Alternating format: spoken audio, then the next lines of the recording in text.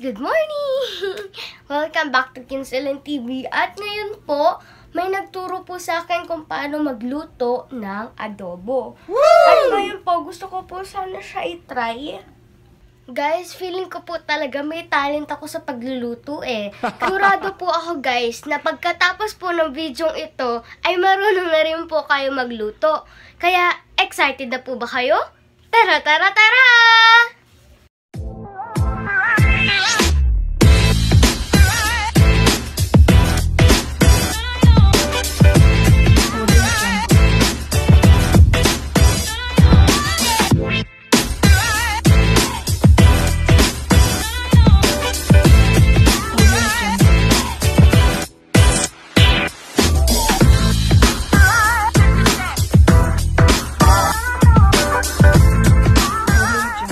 Let's go!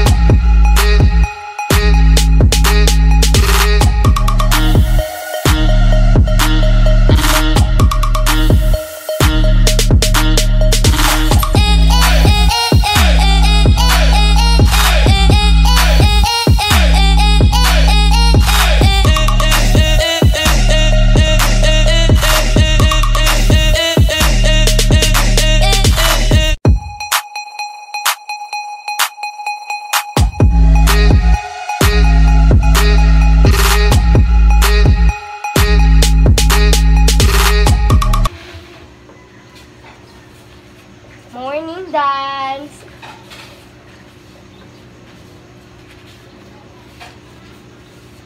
And guys, yung karne po pala, hinugasan na rin po ni Mami. At ready na po yata yung lahat ng ingredients.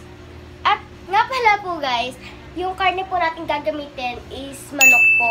Kasi marami pong iba't ibang luto po ng adobo. Kuwari po, adobong sitaw, adobong baboy, tsaka marami pa pong iba. Marinate po muna natin siya guys. At mukhang ready na po siya. Ayun nga po, ready na nga po siya. Tara, tara, tara! Pero bago ang lahat, para magmukha tayong magaling na chef, kailangan natin ng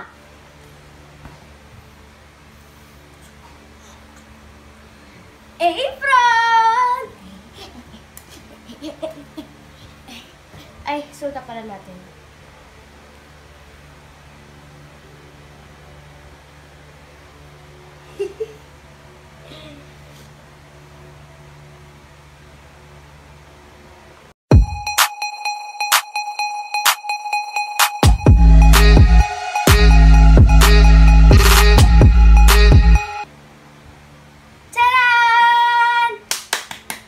Siyempre guys, sa pagmamarinate, kailangan po natin ng ingredients, siyempre. Ipapakita ko po muna sa inyo yung mga gagamitin nating ingredient. Siyempre, unang-una, kailangan po natin ng manok. Konti lang po, kasi kami lang naman po ni Mami yung kakain. Woo! At meron po tayong toyo, suka, paminta, bawang, at dahon ng laurel.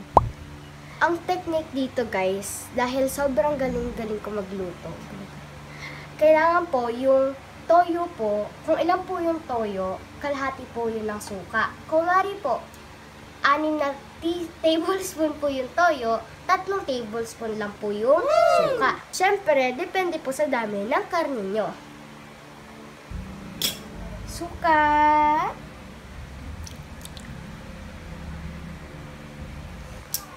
Paminta.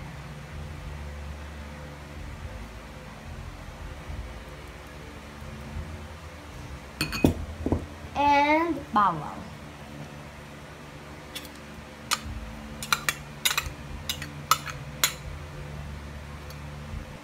Eto guys, ang ginawa po namin, 6 na kutsara ng toyo at 3 kutsara ng suka.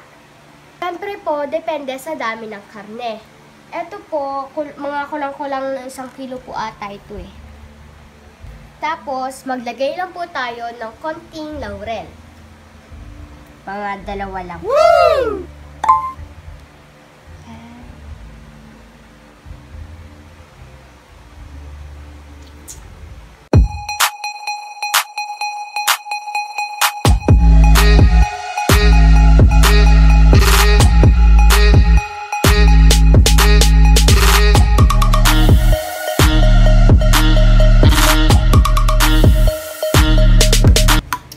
Ready na po siya. Ibababad na lang po natin mga 15 minutes.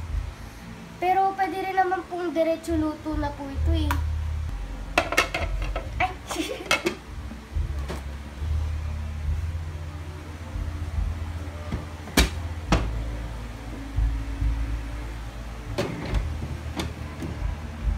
At ito po pala yung sa kapatid ko kasi gusto niya po pritong manok. Habang hinihintay po natin, maliligo po muna ako. Pero sabi po nila, pwede naman pong hindi i-marinate. Pagsama-sama niya lang po itong ingredients, pwede na daw po yun. Ngayon po, liligo po muna tayo para hindi po mukhang maasim yung iluluto natin. Tara, tara, tara! I'm back! At i-check na po natin ang ating manok. At ready na po ito sa pagluto. Sasabihin ko lang kay Mami, kakain na. Mama! Kakain na ako. Sama ako sa vlog mo.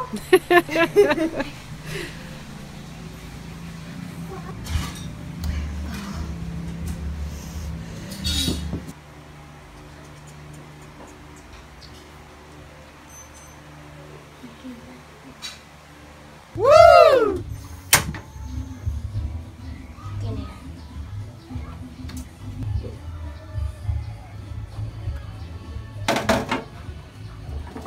Yung iba guys, hindi naglalagay ng tubig, pero ako po maglalagay. Ay,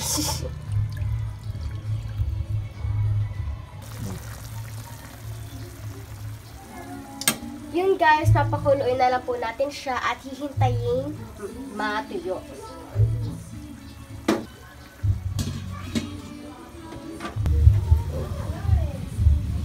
Yung iba po guys, naglalagay po sila ng asukal, kung gusto po nila matamis. Tapos yung iba naman po, naglalagay ng patatas. Eto po, basic na basic lang po ito.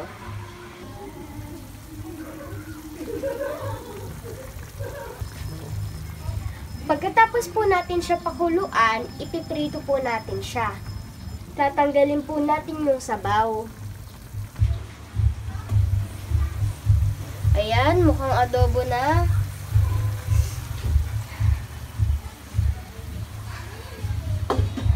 Amoy adobo na rin. Maya-maya po, tatanggalin na po natin yung sabaw. Isa pang technique guys. Lalakasan po natin siya ng 10 seconds.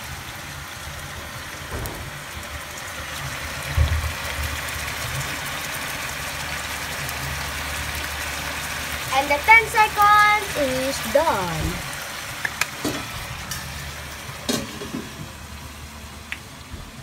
Ang init po pala magluto, guys, no? At saka guys, kung gagawin niyo po ito, syempre, kailangan may kasama po kayong guardian or mas nakakatanda po sa inyo.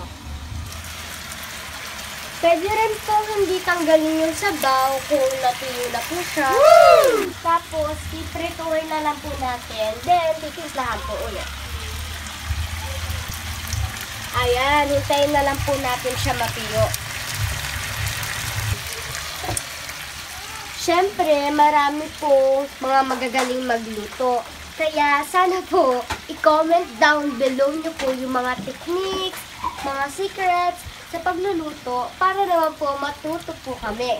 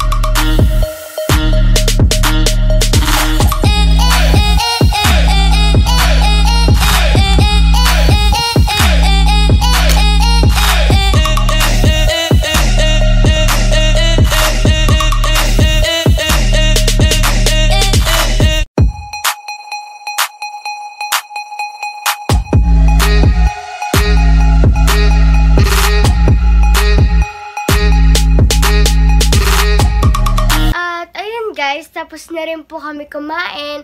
At nga po pala, hindi na po namin niluto po ulit. At saka prinito yung manok po. Kasi natuyo na po siya. Tsaka nagmantika na rin naman po yung manok. Tsaka mas healthy na rin po kasi wala pong oil. Pero kung gusto niyo naman po na marami pong sabaw, pwede naman po i-prito niyo po siya. Tapos limplahan niyo na po ulit ng toyo at suka. Kuwari po, 4 na kutsara ng suka, 4 na kutsara ng toyo, at 2 kutsara ng suka. And that's the technique. Pero syempre guys, bago po ninyo gawin iyon, kailangan meron po kayong parents or guardian o mas nakakatanda po sa inyo para makatulong din po sa inyo kasi baka pumapasok pa po kayo, masugatan, para mas maingat po. Ang unang way po sa pagluluto ng adobo, syempre, mamarinate po muna natin.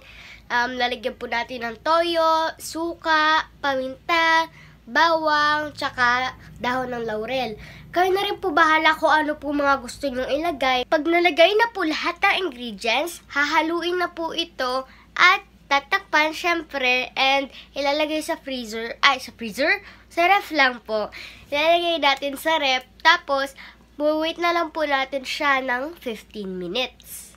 After po natin siya i-wait ng 15 minutes, ilalagay na po natin siya sa pan. Lahat po ilalagay sa pan, tapos papakuluin na lang po, tapos hihintayin matuyo. Tapos, next po nun is, lalagay na po natin, kung gusto nyo po na timplahan po ulit, talagyan nyo po yung toyo po, isa-separate nyo po yun sa manok. Tapos yung manok po, ipiprito na lang po. Then, timplahan nyo na lang po ulit. At ilagay na ulit. Ipagsawan nyo na po ulit. Pero yung ginawa po kasi namin, hindi na po namin prinito yung manok. Kasi yung manok po, nagmantika na po siya eh. Yun lang po guys. Ang sarap nyo po talaga. Promise. Kung pwede nyo nga lang po tikman eh. Napatikman ko na po sa inyo eh. Sabihin nyo na rin po sa mga mami nyo na kayo na po ang magluto bukas ng inyong tanghalian. Very good po kayo at masusurprisean pa po kayo ng mami nyo dyan. Yun lang guys. Punta na po tayo sa shoutout. Tara! Shoutout po kay Midjaman TM. Hello po, Midjaman TM. Shoutout kay Mary Miel Salces. Hello po. Shoutout po sa'yo. Shout out kay Kyle Raisin Venus. Hello po, Kyle Raisin. Shout out po kay June Raven David. Hello po, shout out po sa'yo. Shoutout po kay Chelsea Domingo Cudia. Hello po, shoutout po sa'yo. And shoutout po kay meme_gamer_YT. Hello po! Shoutout po sa'yo. Ayun po, sa lahat po na nagpa-shoutout, thank you po sa support nyo. And yun lang guys for today's video. And don't forget to like, share, comment, and subscribe. Click the notification bell para mas updated po kayo sa more upcoming videos ko. Tara, tara, tara!